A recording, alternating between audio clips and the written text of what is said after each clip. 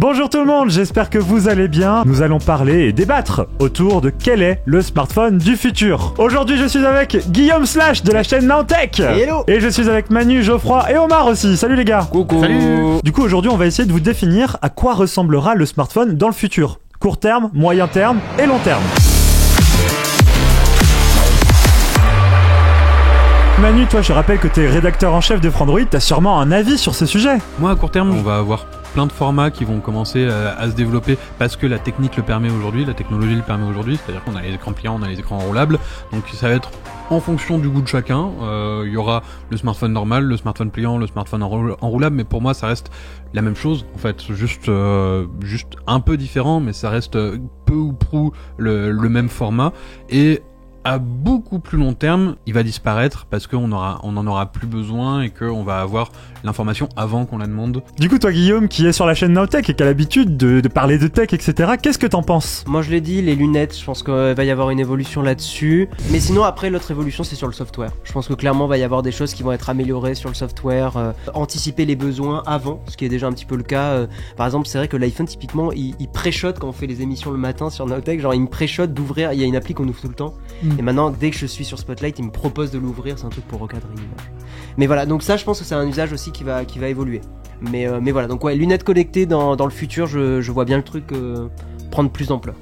Derrière, tu vas arriver dans le métro. Éventuellement, tu auras des lunettes qui te dira, toi, ta destination précise en fonction de ce que de tes habitudes, etc. Ça va être par là. Mais en fait, voilà, je pense que dans très longtemps, ça va plus disparaître pour se fondre dans la masse de tout ce qu'on a autour de nous, plutôt que de remplacer par un device. Ouais. Geoffroy, toi, qu'est-ce que t'en penses de tout ça ? Moi, je pense qu'on va avoir effectivement au début à la fois une croissance et une popularisation donc des téléphones pliants par une baisse de prix. J'en parlais au début, je pense que TCL, Samsung vont avoir un gros rôle à jouer et surtout Xiaomi et Apple. Apple pour la popularisation et l'image de marque et Xiaomi pour les prix plus bas. Ça va pas mettre fin au téléphone classique parce que c'est un format qui existe depuis 10 ans et s'il existe depuis 10 ans, il y a quand même une raison, c'est que l'air de rien, ça reste le format le plus facile à utiliser. Sur les montres connectées, j'y crois pas trop, en tout cas pas en termes de device, de terminal. Je pense que c'est plus une accumulation de données qu'on va avoir sur la montre, mais pas de la consultation de données dessus. Sur les lunettes connectées, effectivement, je suis d'accord avec Guillaume aussi là-dessus. Ça peut être effectivement une porte d'entrée vers une immersion, avec le risque quand même qui est toujours là d'avoir un système qui va être toujours plus invasif à la fois pour soi et pour les autres. Pour soi parce qu'on va être notifié en permanence si on a l'écran devant les yeux, on peut pas en faire abstraction, et pour les autres parce que ça va permettre de filmer, ne serait-ce que pour l'intégration de la réalité mixte.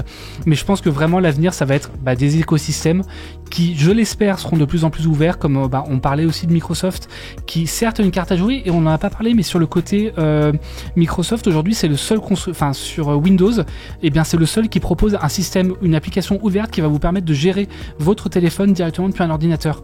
Et ce genre de choses-là, justement, de pouvoir choisir un petit peu le device, l'appareil qu'on va utiliser pour finalement un usage qui va être le même, quel que soit l'appareil, mais la possibilité donnée à l'utilisateur, finalement, ça peut être aussi l'avenir, quelque part, de pas forcément utiliser le téléphone qui est dans sa poche, mais un appareil qui va être plus confortable, qui va être plus compact ou qui va être directement devant ses yeux.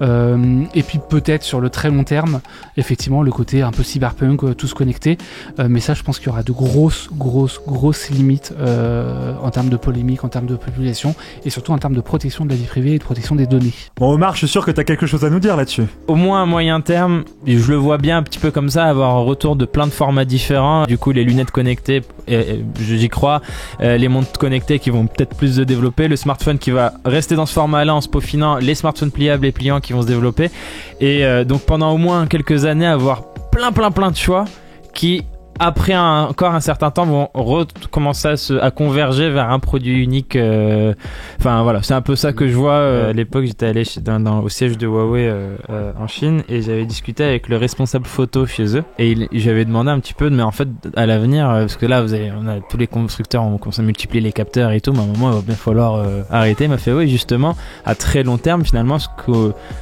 eux à Huawei, chez Huawei, la R&D, ils en discutaient. Je pense pas, en tout cas, ils pouvaient pas me le dire, j'imagine, mais ils disaient que voilà, ils en discutaient.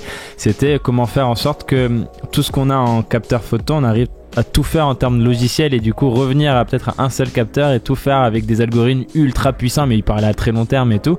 Donc revenir justement de solutions software et tout qui remplaceraient un petit peu le matériel. On le voit déjà avec Google qui sait faire du mode portrait grâce à l'intelligence artificielle. Je vois, enfin il n'y a pas besoin de capteur macro.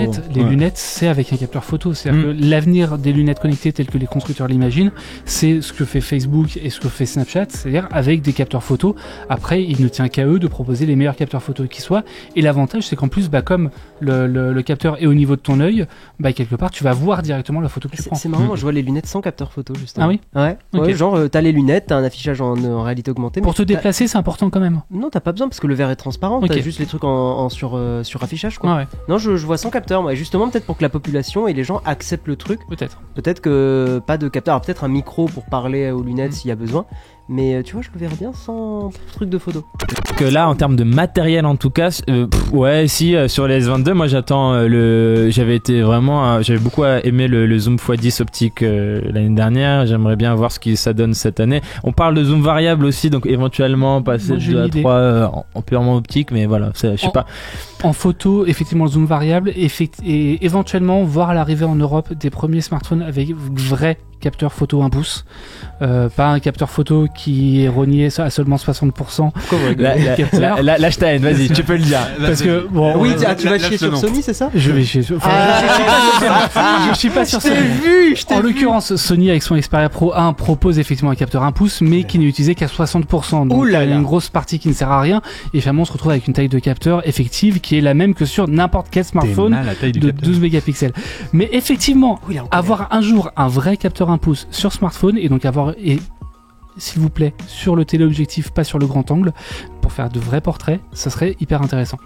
Voilà. Tu veux dire que les portraits que Apple met en avant, ce ne sont pas des vrais portraits? Apple, si, parce que pour le coup, quand tu passes en mode portrait chez Apple, c'est du x2. Ou du x3. 77 donc effectivement 77 qui est une optique portrait. Qui est une optique tout à fait portrait. Voilà. On a les experts de la photo. Les photos. Les relous, tu sais, qui disent t'as pas 85 mm, c'est nul. Les batteries. Si on arrive vraiment à vraiment améliorer les batteries de nos smartphones, parce que là on est la batterie lithium-ion, c'est celle qu'on maîtrise le mieux, qu'on arrive à le mieux produire et tout, mais elle est soumise à. On se fait chier, ça a pas changé depuis 15 ans. Ouais, au moins. Et pourtant on se fait chier. Et pourtant il y en a eu en 15 ans et on a entendu 10 fois ces chercheurs ont trouvé une batterie au graphène, une batterie machin et tout. Le graphène n'est pas utilisé pour la capacité, le graphène est utilisé pour le refroidissement. Et aujourd'hui, il sert le graphène dans les batteries, il va servir justement à éviter la surchauffe des batteries en termes de charge rapide. Mais dis-moi, Jamy, comment fonctionne le graphène? Mais oui, enfin voilà, le lithium-ion il est encore soumis c'est inévitable. À bout de 2 ans ou 2-3 ans, on commence à avoir une perte d'efficacité de la batterie. Non, moi j'aimerais plus des avancées logicielles en fait. Oui, je suis d'accord sur ce que tu dis. Et typiquement, le cloud gaming qui va déporter la puissance, tout ce qu'on utilise en fait, qui va devenir beaucoup plus fluide et transparent. Est-ce qu'on aura un jour du cloud smartphoning comme on a du cloud computing avec des solutions à la Shadow ou comme le propose Microsoft aussi? Tu vois, un téléphone déporté. Un téléphone déporté. C'est utile parce que la puissance pour utiliser un téléphone, il n'y a pas besoin de beaucoup de puissance. Ça dépend si on parle de jeu, si on parle de traitement photo, si on parle de traitement, etc. Mais sinon, non, je pense pas. Pas à court terme. En fait, tu n'auras pas de ton environnement. Je pense. Je suis le futur, mais.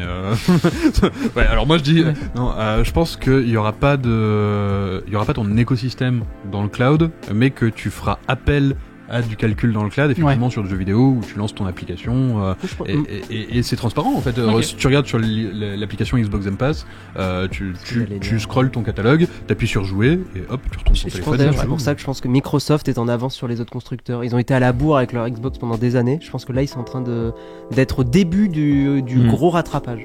Merci les amis en tout cas d'avoir débattu avec nous, c'était hyper intéressant. J'espère que ça vous aura plu chez vous. N'hésitez pas à nous laisser un commentaire sous la vidéo. Merci les gars. Ciao. Merci. Allez, au revoir tout le monde. Ciao.